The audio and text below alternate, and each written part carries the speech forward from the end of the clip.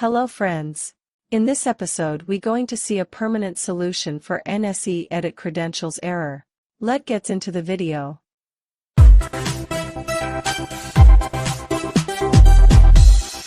First download the zip file. The link is in the description. Open the Excel file. Before running the cookie macro, you need to add your user agent to the macro. To do this, open the Chrome browser and go to the NSE website. Right-click an empty space on the website and select the Inspect option. In the Developer Tools window, go to the Network tab and right-click any link. Scroll down to the end of the context menu and you will see the user agent header. Copy the value of that header. Now go to the Excel Developer tab and click Visual Basic Editor.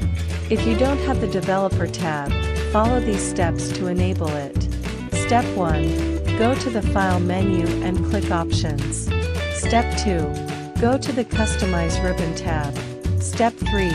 In the Customize the Ribbon section, select Main tabs. Step 4. Check the Developer checkbox. Click OK. After that, go to the Developer tab and click Visual Basic. Under Modules, you will see the Auto and Manual Cookie macros. Go to the macros and paste the user agent. Here, we created two cookie generation buttons, one for automatic updates and one for manual generation. The automatic update button will automatically update the cookie every 20 minutes, as defined by the user. Once the automatic update is enabled, you won't need to click the button again. The manual generation button is for generating a cookie on demand. First, click the Get NSE Cookie Manual macro. You will see that the cookie has been updated after clicking the macro button. For automatic cookie generation, a refresh rate of every 20 minutes is sufficient. For reporting purposes, I'm going to set the refresh time rate to 15 seconds. You will see that the cookie is automatically generating every 15 seconds.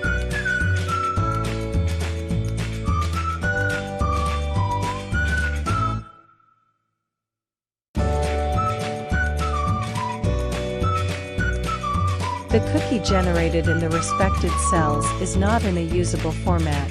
We need a space here. So, I linked this two types of cookie data to the usable NSE cookie sheet. Here, you'll see that, two tables. Once the cookie is updated in the cookie sheet, the updated cookie will be displayed in the respective table after refreshing the table.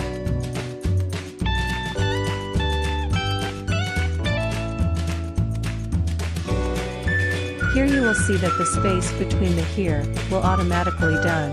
You can also set the refresh time rate for the table. To do this, go to the Data tab and click Connection Properties. Then, set your refresh time rate. Here you see that the table has been refreshed every 1 minute.